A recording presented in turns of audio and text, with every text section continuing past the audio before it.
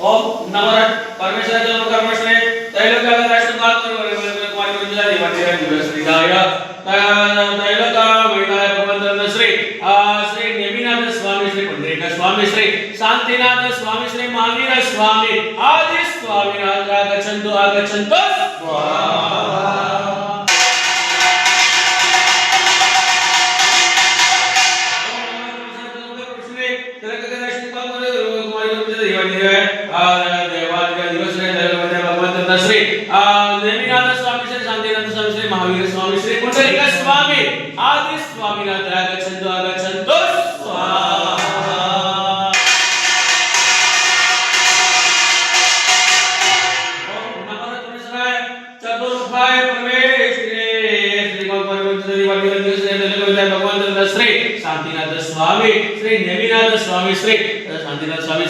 महावीर स्वामी श्री पुंडरीक स्वामी आदि स्वामीनाथ आगच्छन्तु आगच्छन्तु स्वाहा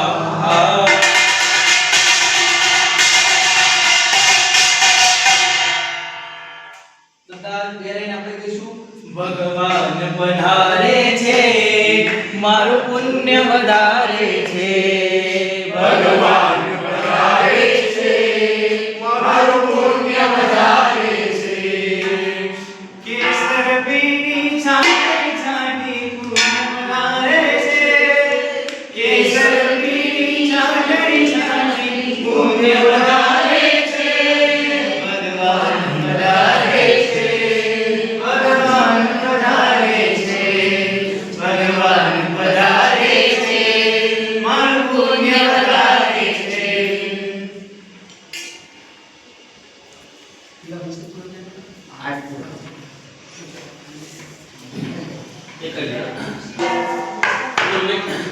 અત્યારે આપણે શેનું અનુષ્ઠાન કરી રહ્યા છીએ કયું અનુષ્ઠાન ચાલી રહ્યું છે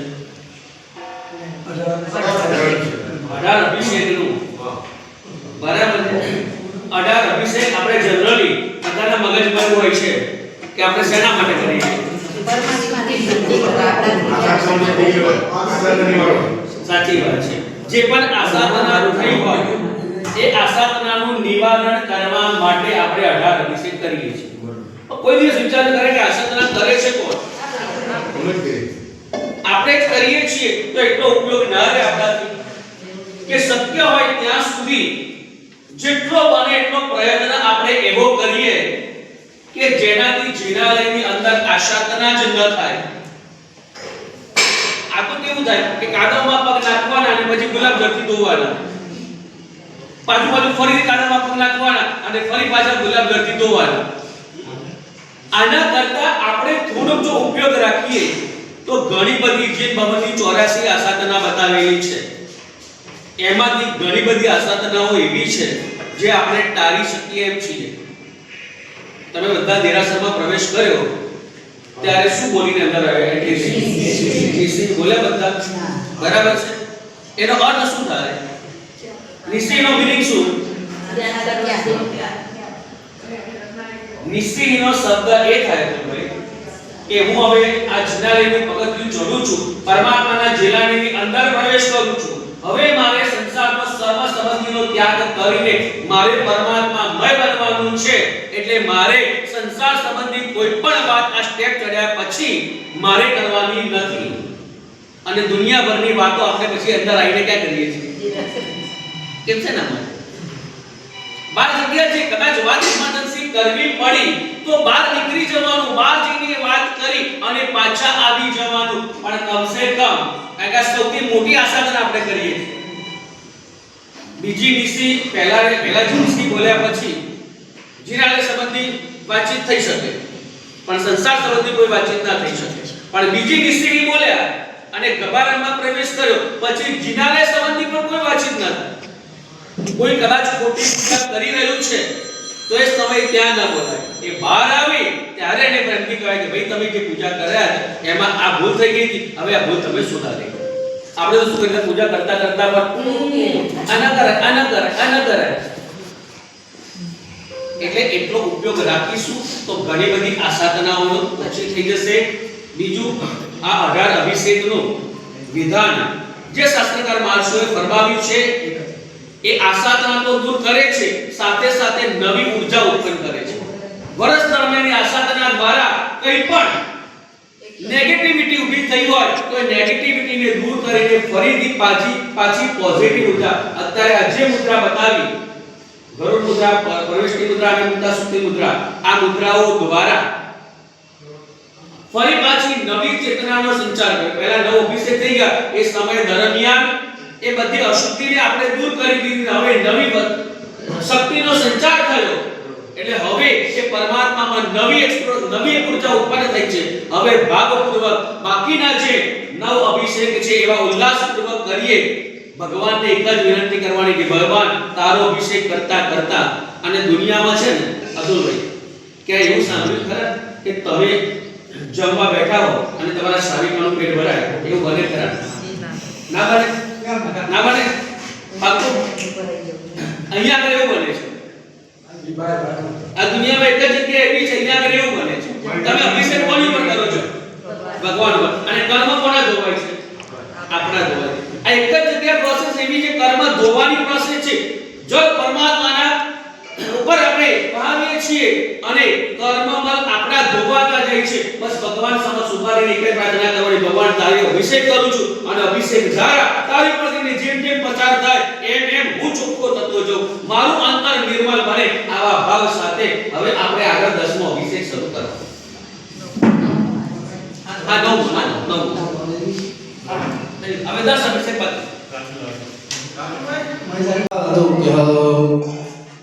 નાના કોષ્ટા દૌષદે સંદૃષ્ટે તદ્ગતાં પતન્નેરામ બિંબે કૃત સન્મિશ્રામ કર્મોગમ અસ્તુ ભવ્યાનામ પતંજલિ ચ અર્ચરા અર્ચરેણકા કંકોલિ ક્ષીર કંદસ્ય વેદાભ્ય સ્નાપયામ્યહમ. ओम राम ह्रीं रूम ह्रीं रूम रहम परमार्हते परमेश्वराय गंधपुष्पादि सम्मिश्र द्वितीयाष्टकवर्गचूर्ण संयुतेन जलेन स्नापयामि ते स्वाहा.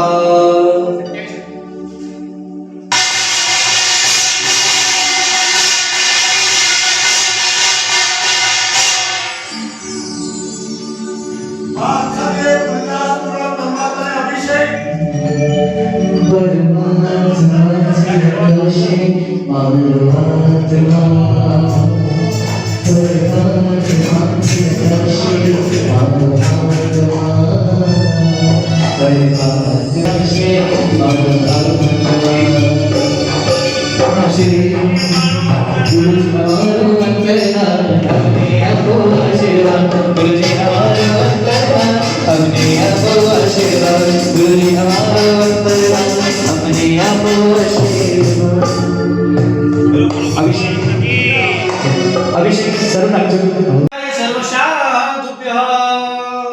ओम नमो परमेश्वराय चतुर्मुखाय परमेश्वरे तिलकगदाष्टदिक्पाल कुमार पूजिताय देवादि देवादि दिव्यश्रीराय तिलकमयताय भगवन्तो आनंद श्री आदिनाथ स्वामी आदि स्वामिनः अत्र आगच्छन्तु आगच्छन्तु स्वाहा.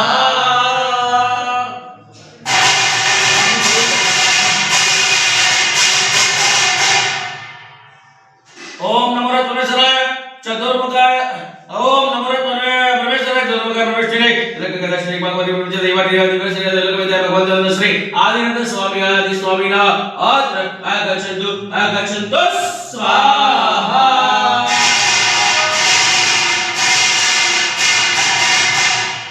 ओम नमो परमेश्वराय चतुर्मुखाय परमेश्वरे तिलकगदाष्टदिक्पाल भगवती पूजिताय देवादि दिव्यश्रीराय तिलकमयताय भगवन्तो श्री आदिनाथ स्वामी आदि स्वामिनः अत्र आगच्छन्तु आगच्छन्तु स्वाहा.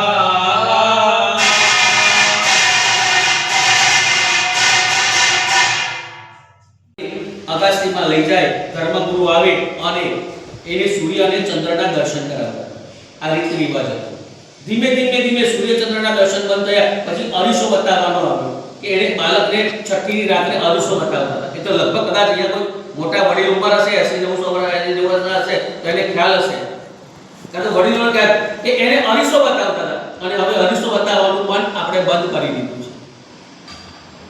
આ શાસ્ત્રોની અંદર પ્રણાલિકા ચાલુ છે એટલે છઠ્ઠીની રાત્રિએ ભગવાનની માતાને અને ભગવાનને સૂર્યને ચંદ્રના દર્શન કરાવે છે. એટલે આપણે અહીંયા આગળ આજે ચડાવો બોલાય એ ભગવાનની માતા બનીને ભગવાનને ચંદ્ર અને સૂર્યના દર્શન કરાવવાના છે. ચંદ્ર એ મનનો કારક છે અને સૂર્ય એ આત્માનો કારક છે. મન જેવું શાંત એનું અત્યારે જે કંઈ પણ કર્મ બંધાય છે એ કોના કારણે બંધાય છે? મનના કારણે. એટલે કે મન એવા મનુષ્યના કારણે બંધ મોક્ષ હેતુ. મનુષ્યને કર્મ બંધનું કારણ જો કોઈ હોય તો એ માત્ર ને માત્ર મન છે. એટલે જે ચંદ્રના દર્શન કરાવે છે એનું મન શાંત રહે અને જે સૂર્યના દર્શન કરાવે છે એના કશાયો શાંત થઈ જાય છે. એ આત્માની અંદર એનો આત્મા નિર્મલ બને છે અને આત્મા પરમાત્માની સાથે ભળી જાય છે. એટલે બંને એવા ઉત્તમ લાભ છે. જેની પણ ભાવના હોય તે ઉત્કૃષ્ટ ભાવે મળેલી સંપત્તિનો સદુપયોગ કરવાનો આ વાવણીનો સમય છે. તો જેની પણ ભાવના હોય એ ચડાવો બોલો. પહેલા ચંદ્રનો દર્શન કરાવવાના.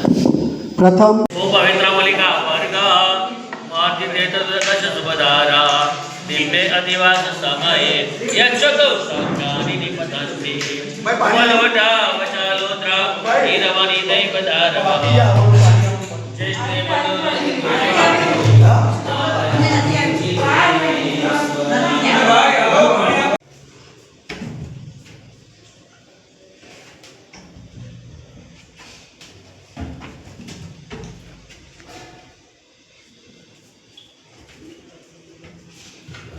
पर शांति